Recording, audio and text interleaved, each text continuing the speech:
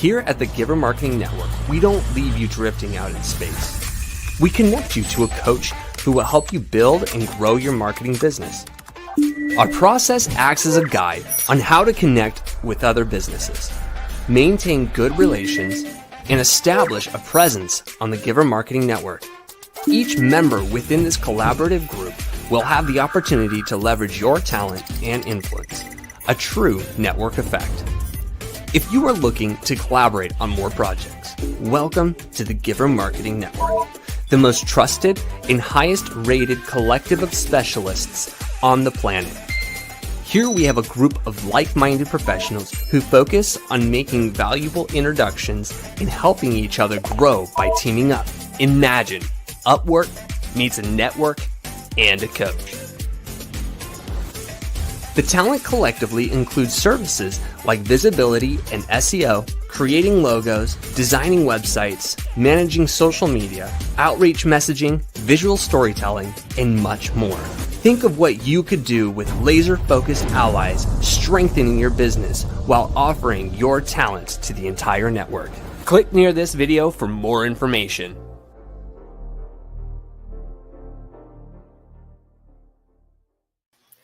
Hello, and welcome. We are excited to welcome you to the Giver Marketing Tuesday broadcast. And our guest today, hi, Gordon. How you doing? Good. How are you? I am fantastic. You know, we're broadcasting to so many different places. We're on LinkedIn, we're on Facebook, we're on YouTube, we are in all sorts of groups. I can't even name them all, but I love how we collaborate and bringing new people into the fold. And I love when we can bring brilliant marketers in. And so, Gordon, I am so excited to have you part of Giver Marketing. I'm really glad to be here. Thank you for having me.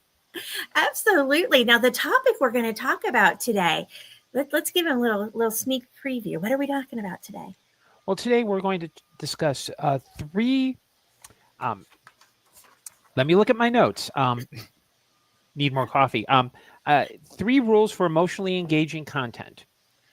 3 rules. Now, think about that topic.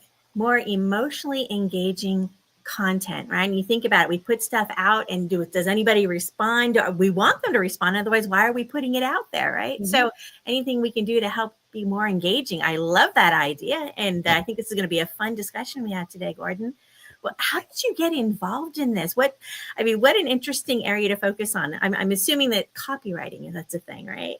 Yes, I am a copywriter and digital marketing consultant. I actually started, kind of to talk a little bit about how I got here. Yeah. I actually started as a substance abuse counselor and I went into administration. So, running projects and programs. And so I had to learn marketing on the fly. So I'd always had this background of knowing how to engage people and knowing how to kind of, read the room, as it were. I also had always been a writer since I was younger. I hadn't really been published, but I'd written in college. And so at one point, I had moved out of Chicago, moved back around 2008 with the recession. And I ended up pivoting into digital marketing. But I'd always had this kind of, bringing that empathy with it. And kind of my, kind of the pivotal moment for me in terms of how I really started was when I worked for the American Marketing Association. And the project was to bring all these different silos under one umbrella in terms of social media specifically, but there are other content issues. Mm-hmm. And what happened was I started working with these different departments, and I also worked with a content department that had some more boilerplate examples. And at the end of the project, what we found was not only was the crafted, the content that I crafted, now I got greater reach and greater engagement on social media and drove further conversations, but because we were the content I was writing dealt with specific business problems and specific, issues given to each department, academics, e-learning, conferences. Overall, we ended up increasing member retention and new member acquisition by a little over 3%. And that's where it was like, once I heard the results, it was like, oh, that's when the light bulb go off. You create content that directly engages who you're trying to reach.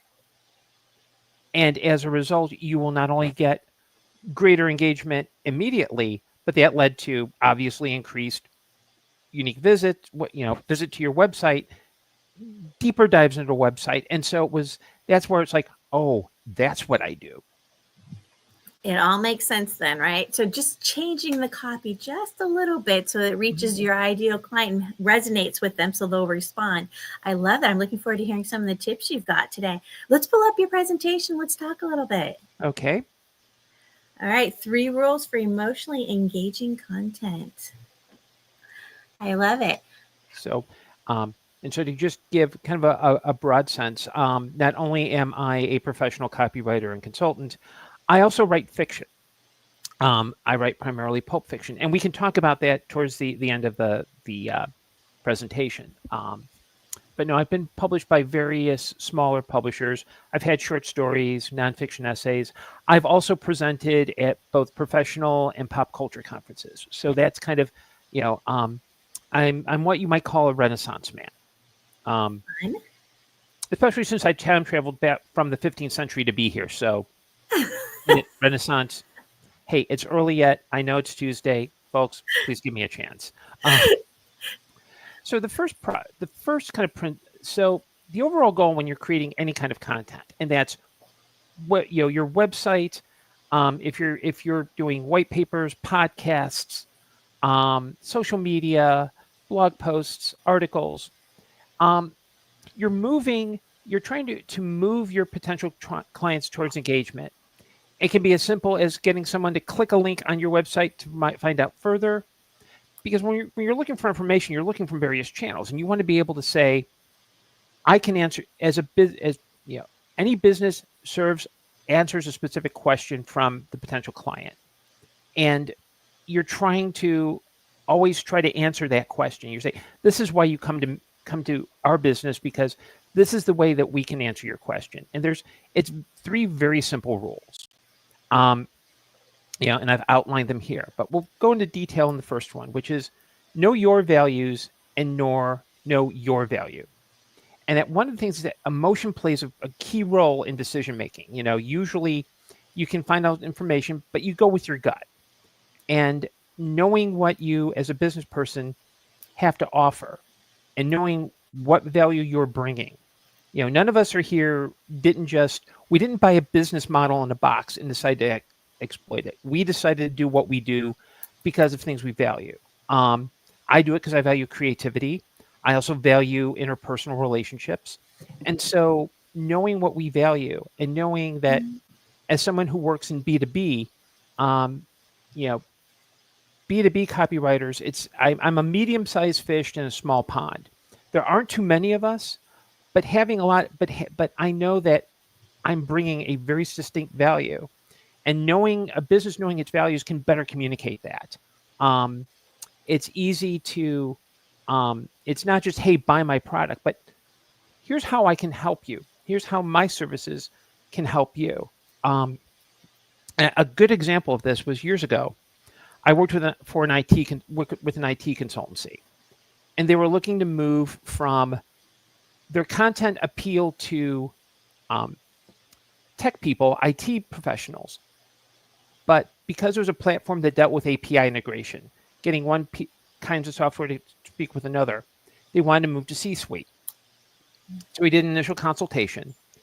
They needed to revive their website, so we developed all new web copy. We knew that, and the emphasis was less on high-end tech and more like we can provide efficiency.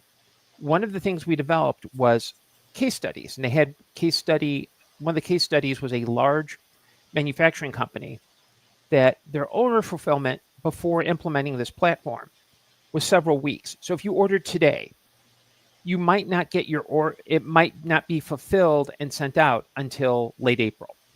Wow. With this platform, it shrunk it down from several weeks to 7 seconds. Think about that. Several weeks to 7 seconds.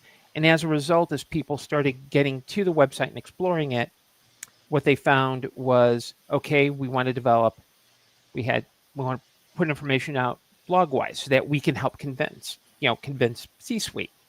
Then it was, okay, a lot of small businesses were saying, hey, we still use QuickBooks. We'd like to use this, but we don't need all the bells and whistles. So they developed a plugin specifically for QuickBooks. And then they developed a white paper.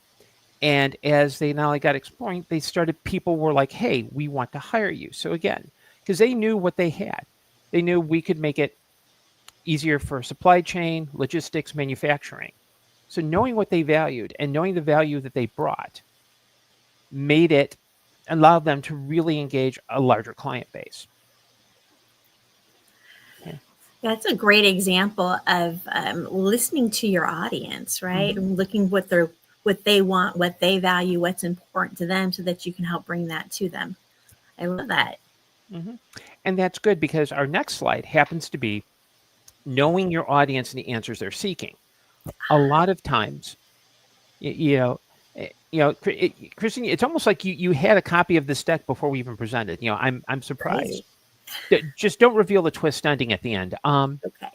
But part of it, my fields of expertise are mostly around healthcare, nonprofit and education, and technology. And part of those is that a lot of times, sometimes the audience isn't necessarily who you think. Early on, when COVID was starting, one of the first clients that I acquired was a healthcare startup. And they were dealing with hand hygiene. They had basically a Fitbit for hand washing. And if there's ever a client you want to have for early COVID, it's hand washing, because that was a big emphasis.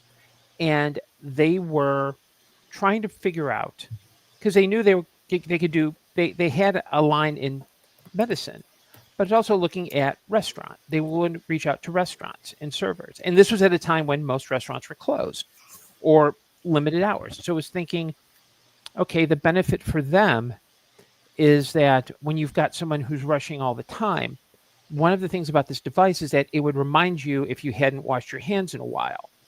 And you could set it so, and what it did is it allowed for staff to be able to be better reminded. That's one of the benefits. For owners, it meant greater turnaround time, because that way they could comply with, they could comply with local ordinances, safety issues, etc. But it also was a way to gain a whole new audience. And this startup knew that, every piece of content, because they were developing blog content and social media content, knowing who you can serve. If you know who you serve, every piece of content is like an answer to their question. It's not a detailed answer. It might be, as simple as, hey, if you have a reminder, if your waitstaff has a reminder to wash their hands, they can take an easy break, go back, and you're ensuring the health and safety of your patrons. And how you communicate that can drive greater conversation, because it's less of a look at me and here's how I can help. Oh, is that how you help? Can you do this? So again, you're trying to engage your audience to explore you further. And it's sometimes the result is as simple as heading to the contact me page and giving their name and email and saying, what's not, give me more information. Absolutely. When it comes to engaging your audience, right, we know that we're supposed to do it, and we don't always know what to do and how to do. Do you have any ideas on kind of things that you should be double checking to make sure you're doing it? I think one of the things, sometimes it's as simple as a gut check. Is this the kind of content we want to be putting out? Years ago, and let me give an example of how not to do this. I worked for, I'm not going to name names, but they were a chain of luxury senior residences. So high-end nursing homes. And I was brought onto two projects. One was a massive web redesign project that they hired us, but they realized they didn't have the money for. And then they wanted me to head up their copywriting team. And the focus, they ran their marketing team like a marketing agency. And the big issue was they were putting out all this information. The message was, we are the next phase of retirement. We're here for people who want to give up paying a mortgage and go into a nursing home, and we have all these benefits. And they didn't understand that. And I was caring for my mom at the time.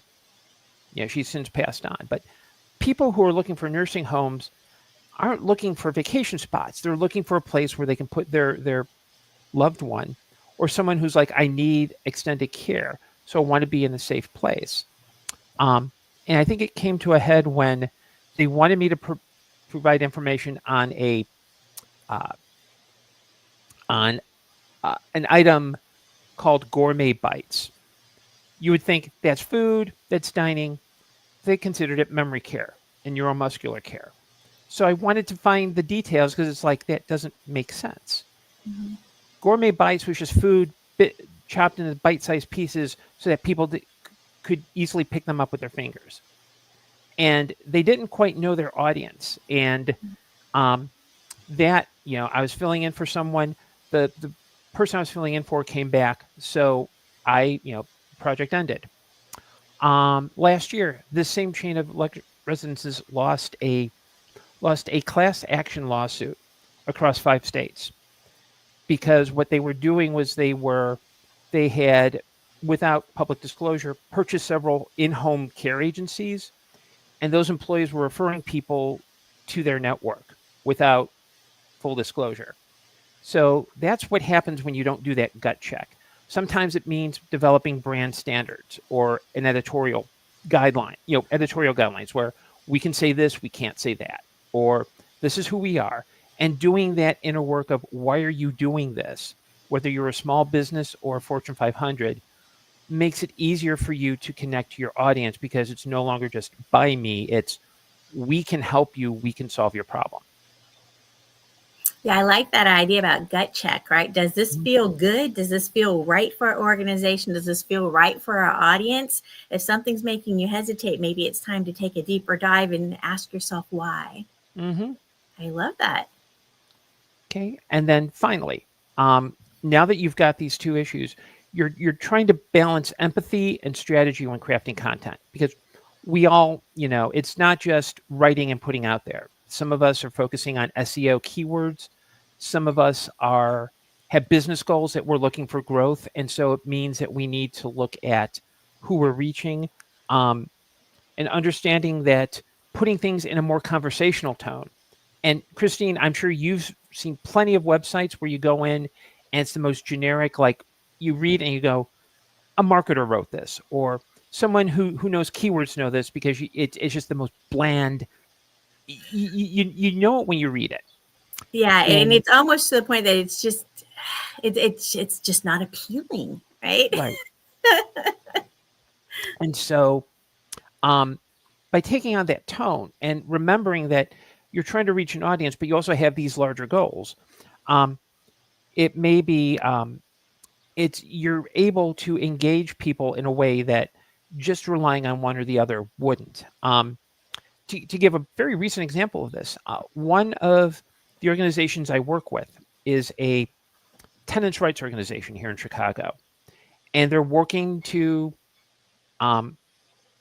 foster awareness about an ordinance around proactive rental inspections. So instead of reacting to problems, we go to apartments, and we developed a presentation, and the presentation's wonderful.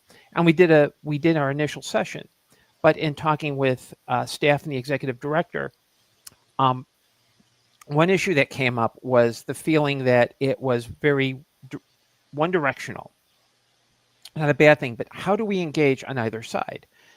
And somebody made the recommendation of I think there was maybe some talk of, let's add a slide or 2. And I said, well, let's maybe think about this, because people who are attending this, if you're healthcare workers and doctors, it makes one thing, because we had delivered this presentation had been given to a children's hospital.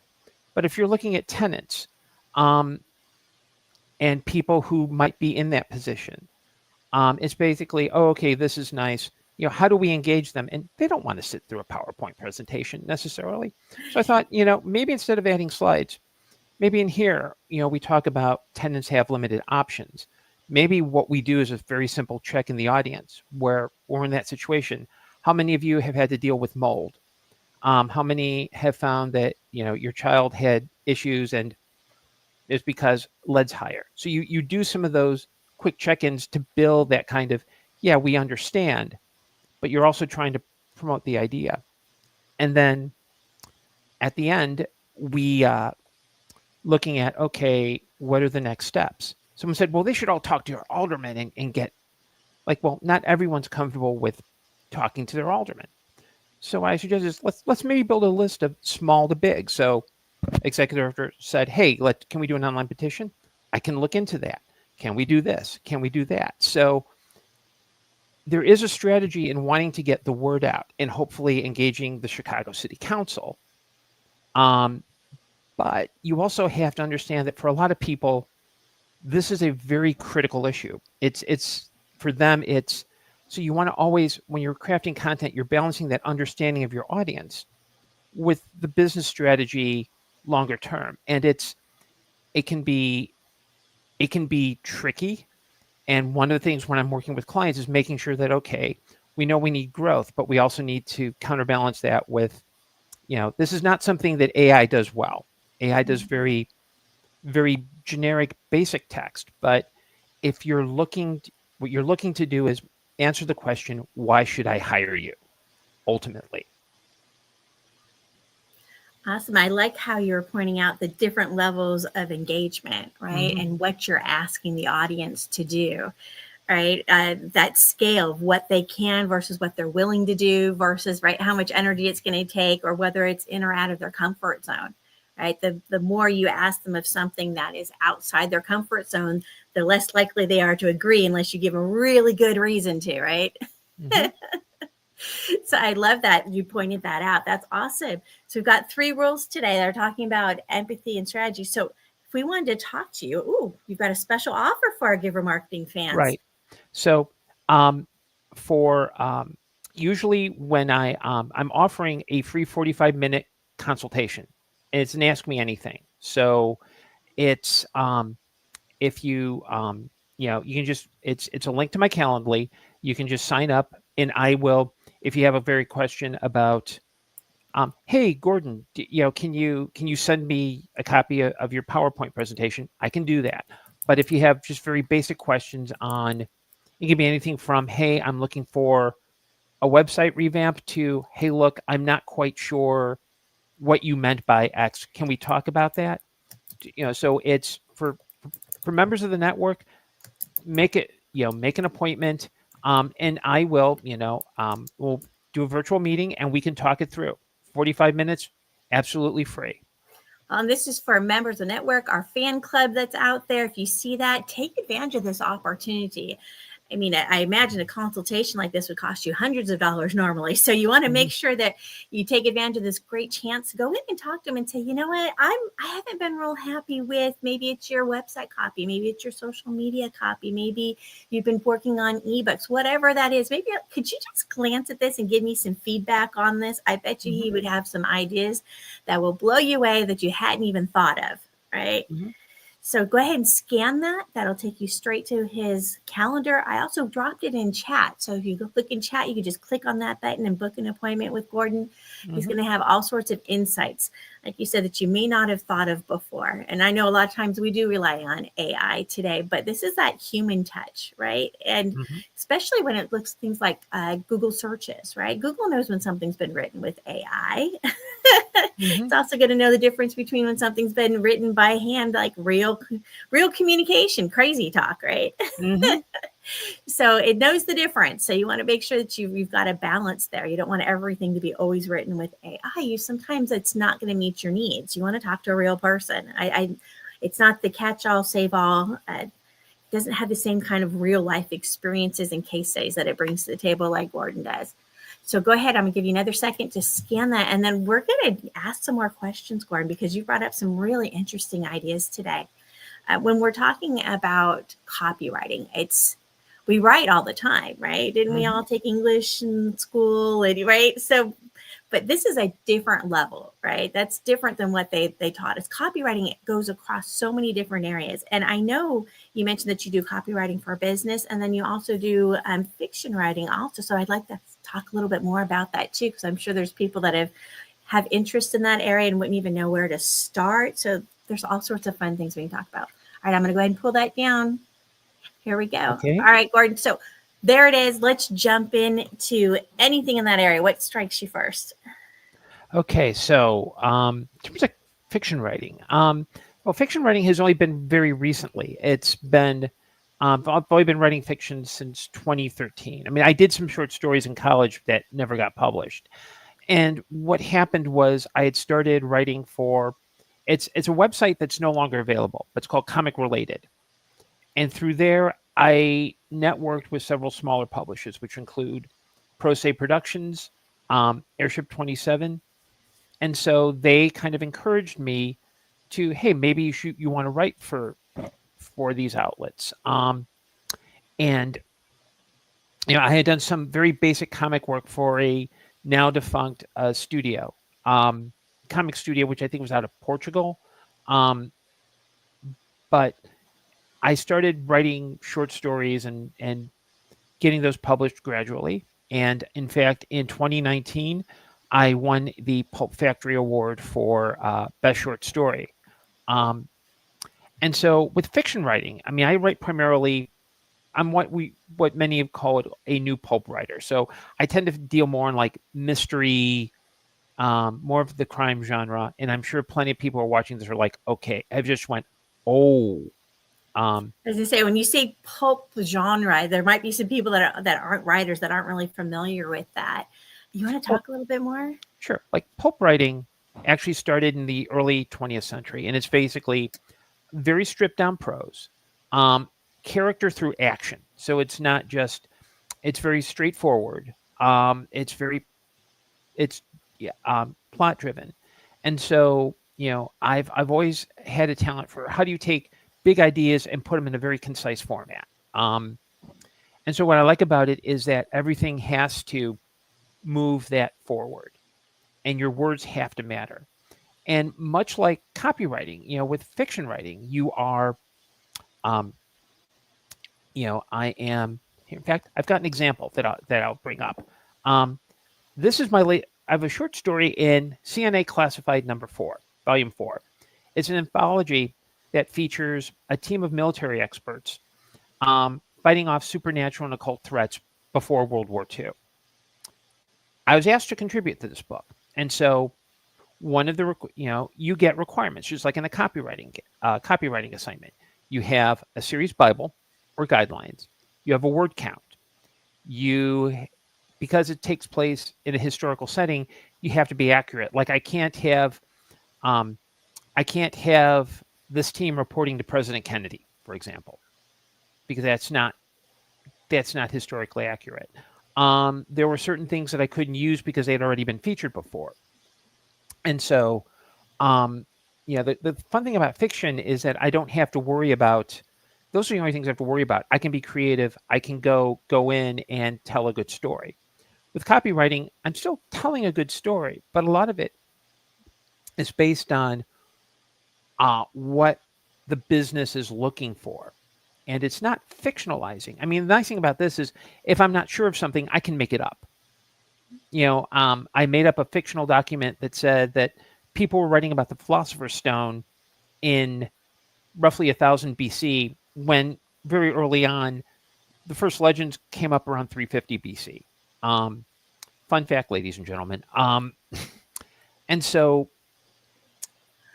with fiction, I can kind of be a little bit more creative in terms of going out there and being kind of fantastical. With copywriting, it's the ultimate point is to not only tell a story and tell it well, but also do it in a way that makes the characters human.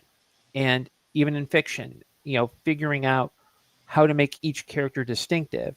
Whereas with copywriting, a lot of times I'm focusing on a business or I'm focusing on an organization. And I think, I love the challenge of doing both. I was actually surprised because for one of the organizations I work with, I had mentioned that the short story came out last week, and I said, "Oh, can I see a link to it?" And I sent her the Amazon link, and she emails me back, "Oh my God, you've got 21 things on Amazon." It's like, yeah, I actually have an Amazon page. Fun fact: what I didn't realize when my first short story came out, I received a link from Amazon saying, "Oh, you might want to set up your author page." And I'm thinking, okay, there's got to be a hitch to this. No, there isn't. If you're published on Amazon, whether it's a book from an external publisher or internally, you automatically get a page and you can add your work to the page. So it's highlighted. So it's, and I'm also going to be exploring self-publishing, because one of the projects that I'm working on is a critical analysis for an independent filmmaker out in LA, out in California. And he and I need to touch base with him about the project status, but it's looking at his films and doing interviews and putting together like a critical analysis. So, but, kind of getting back to the point of storytelling, that's all it's all about. It's how to tell a good story, and understanding with a good story, it's not just they did this and they did that. It's figuring out how do you hook the audience in so that it's kind of the Mickey Spillane, what I think was Mickey Spillane's best strength. Mickey Spillane's one of my favorite writers, very pulpy, mystery, hard-boiled. And his attitude was, when you start on the page one, you don't stop until you get to that last page. And that's the way I think writing should be, is it should grip you enough, whether it's a website for an IT consultancy or a short story about, I wrote a Sherlock Holmes tale for another publisher. The whole point should be getting the audience to start with word one and getting them involved in wanting more and exploring. And that to me is what good writing in general should be about. But that's how I approach copywriting. I love that approach. And like you said, storytelling is so important. So let's say as a nonprofit or as a business owner, I'm wanting to get my story out and I'm just not figuring out how to do that. What would it be like to work with you, Gordon? What I would do is we'd have a sit down and we'd start with an initial consultation where it's like, what's the issue? Because a lot of times the initial issue might be we need web copy, but there might be further down the road. Like with the IT consultancy, it was, we just need a website revision, but they also knew that, okay, Gordon's getting it, so we need blog posts, we need white paper, we need to move further down. And so we'd figure out what would be needed. And sometimes it might be just, okay, we just need, we don't have much, all we need is copywriting, and that's fine. And I prefer to, when it comes to like figuring out services, although I do have packages available, I prefer to not bring those up until there's actual work to be done. Sometimes it's, okay, well, our messaging isn't working, and figuring out what's wrong with the messaging. And that might be a different process. It may be, okay, we want to pursue a content marketing strategy, but we've got we've got all this content that we're putting out because they decided, okay, content marketing, we have to put out blog posts, we have to put out podcasts, we have to do all this without thinking. And sometimes it's thinking, okay, think about where your audience is talking. And this is probably the biggest thing that I see a lot of businesses do. It's let's swamp everything versus where our audience is talking. And if we know where our audiences are talking, let's gear our content specifically to that.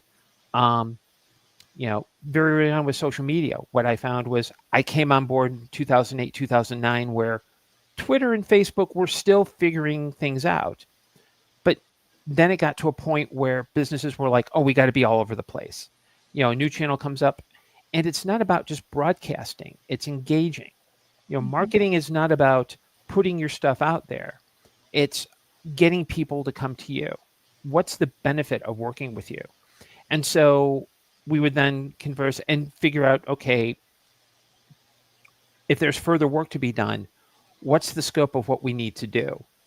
If it's something I can't do, making that referral. So there might be someone. I worked with a client, and this was about like 10 or so years ago, where they wanted to be in the first page of Google results. So we did some very preliminary kind of content strategy and reshaping certain content. But if they had said, "Hey, look, we want to do a paid search. We want to do paid search." That's something I'd probably say, "Let me get a referral," because I can do some paid search, but there are I know people who are much better at it and who can really do a bang up job. And I'd rather point people in the right direction than try to Absolutely. take it on myself. There's Yes, a reason knowing why. your zone of genius, right? And you Mhm. come in and being able to bring in those team members. That's the beauty of giver marketing, is having access to all those team members and then all the people they know and all the people right? So Mhm. if you can get somebody that's got experience in that area and can do exactly what you want to do. I love that. And with the copywriting, you mentioned blogs, you mentioned websites, you mentioned white papers. Are there any other things that you work on that might trigger some ideas? People going, "Oh, I didn't think about that. I don't currently do that with my business." That would be a good use, right?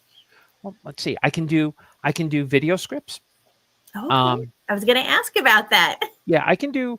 Yeah, it's a skill that because people were asking about it, I started developing that, and because I've written some small indie comic stuff, like I could understand. Okay, this is how you break things down by scene.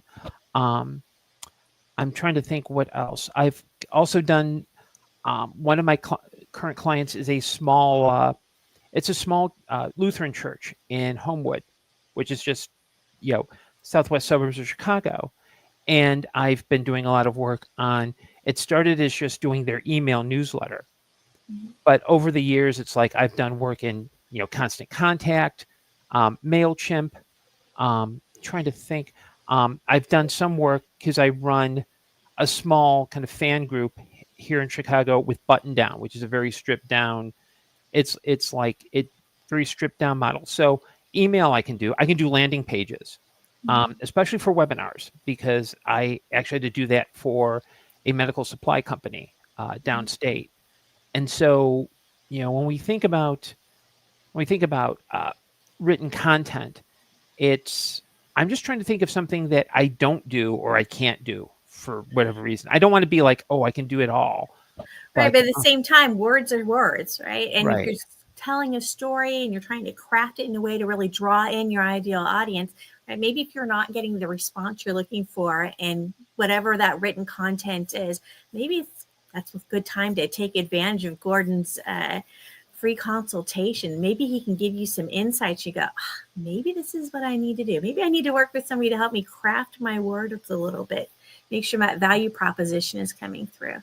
In fact, I'm going to pop that back on the stage one more time so people can scan that if they want to reach out to you and book that appointment with you. Obviously, your knowledge is vast when it comes to copywriting, which is fantastic.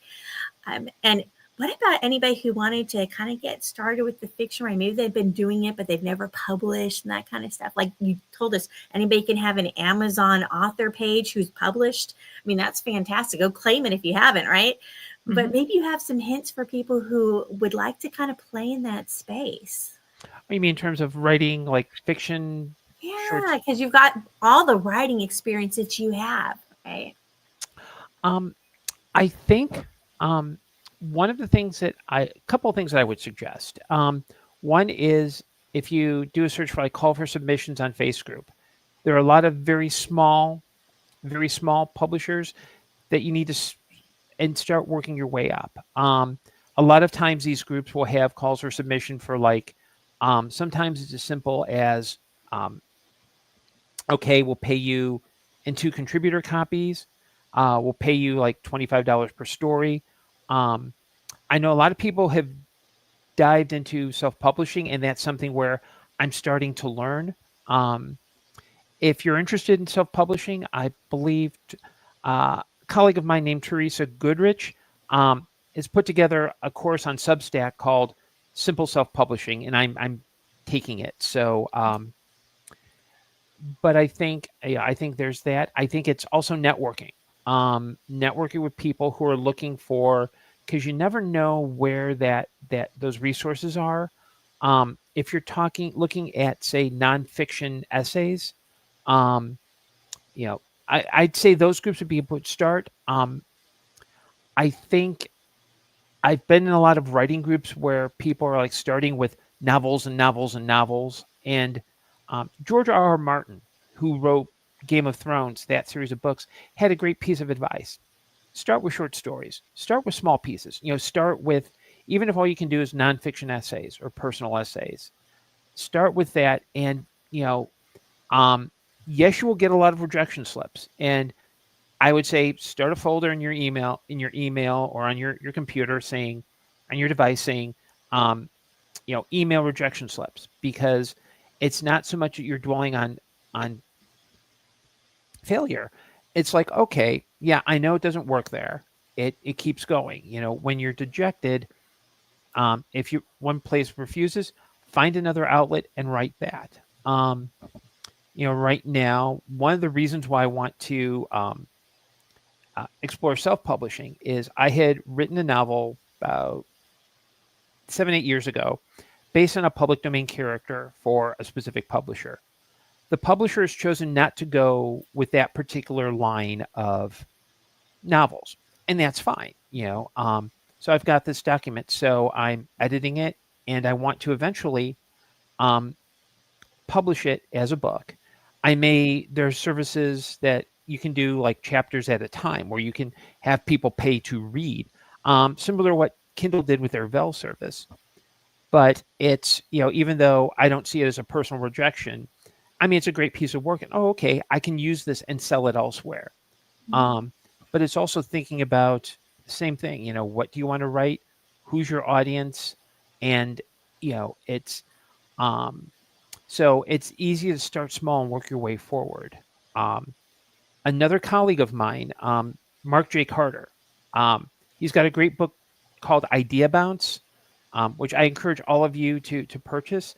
But he spent 20 years formulating that book because of his own work. And I met him he was working with a lot of nonprofits at the time. And so, through the years, he and I have become really good colleagues. But he took all the notebooks that he developed and he put it into one book. And people now will say, oh, well, are you going to write another book? And he's like, no. But that's his thing. He found his niche, and but understand it takes work. It's like whether you're an accountant, a coach, whatever business you run, it takes work, and writing also takes work. But it's something that you have to start. Make your victories small, because if your victories are small, those lead to bigger victories and bigger victories and bigger victories. I was just curious while you were talking about the combination kind of between the bridge between fiction and nonfiction. And I was just thinking about there's a way for business owners, for example, I know Giver Marketing is working on a book. And so it's fiction, but it's also based on some marketing principles. So the idea is applying them with the fictional character. And so I'm just wondering, have you played in that space at all where maybe there's businesses that want to do a little something creative on the fictional side and bring that into their element? Have you seen anything like that? No, I haven't. But if anyone out there has that idea, you've got the presentation. I'm on Slack, and you can actually find my Calendly there as well as here. So just, if you want to send me a note via Slack saying, hey, Gordon, I'm going to sign up for your consultation. For anybody that's in Slack and that's already a Giver Marketing member, and if you're not, use that QR code once again and use that. We dropped the link in chat. Make that appointment with them. This might be an interesting bridge. So if you're a business owner, you're like, how could you two could have some really interesting conversations about exploring that possibility. Mm-hmm. Oh, one thing I also do, and I forgot completely that I've done this, press releases. Oh, yeah. That's a special skill set also. People are like, I know I should do one, but I haven't written one before. Where do I go? Right. So there's another area that you might want to ask for some advice. So there's so many different areas. So I'm going to put that QR code up one more time. Book that appointment with Gordon. Have that conversation with him. If it comes something to do with copywriting, he either has the answer or he knows somebody who does, right? Mm-hmm. So book that appointment with him. Take advantage of this opportunity to ask those questions you've been meaning to ask. What do I need to do to give myself some more, more spunk in this? How do I get the people that I want to respond more? Whatever those questions, burning questions are that you've got, reach out and book that appointment with Gordon. He'll take a look at what you've got and give you some ideas on how to move forward with that. And if you've been looking for a good copywriter, here you go. Thank you so much, Gordon. Is there any other tidbits that you want to share with us before we wrap things up? Yeah, I can't think of anything. I think we covered a lot today, didn't we? Yeah, I mean, I'm on Slack. You've all seen the QR code. Feel free to reach out to me. If you want to reach out to me in Slack and say, hey, I'd like a copy of the PowerPoint presentation. Or send a message or book an appointment with him. I was just thinking, you work here. I know you mentioned Chicago a couple times, but I'm assuming that you work in a larger audience than that. You work with clients all over the place, right? Yes, I've been remote working since 2010. So remote working is one of the things that you do. So don't think, oh my goodness, I'm not in Chicago. Will he work with me? Yes, he will. So just book an appointment on that calendar and you'll have an opportunity to have that conversation with them. I mean, there are so many different possibilities when it comes to writing and how you might want to incorporate his skills to elevate your business, your organization. I'm going to go ahead and drop your link to LinkedIn in the chat also. This way, we're going to tell them to connect with you on LinkedIn. So that's another one, because Slack is really only our members can access, but LinkedIn, everybody can access, right? So we'll put that on there. This way, anybody who wants to talk to you, connect with Gordon on LinkedIn. And we're going to drop that in chat right now. So feel free to click on that, connect up with them, and start a conversation with them. Right? Because we talked about different calls of action, right? And what people might feel comfortable with. Maybe the idea of booking an appointment is kind of intimidating, but maybe you just want to chat with them a little bit on LinkedIn and get to know him. That's great too. I promise he doesn't bite. He's really nice. You're going to like him. Fantastic. Thank you, Gordon, so much. We look forward to having you on the show again. And there it is. Words of wisdom. Thank you so much. So thank you. Absolutely. Pleasure being here. One of the things we want to mention before we sign off today is we have on Wednesdays is Networking for Marketers. It's marketers, PR space, media, please, anywhere, copywriters, whatever it is, right? Come hang out with us on Wednesdays. And that's at 8 a.m. Pacific, 11 Eastern. Register at givermarketing.com/networking. And that is our give back. That's something that we do. It's no cost whatsoever. So come hang out, meet some of our marketers, for example, like Gordon, that new copywriting. You might have to meet somebody that knows about websites. Great place to come and talk and mix and mingle with other marketers. So come hang out with us. And we look forward to seeing you tomorrow. Thanks, Gordon. Thank you.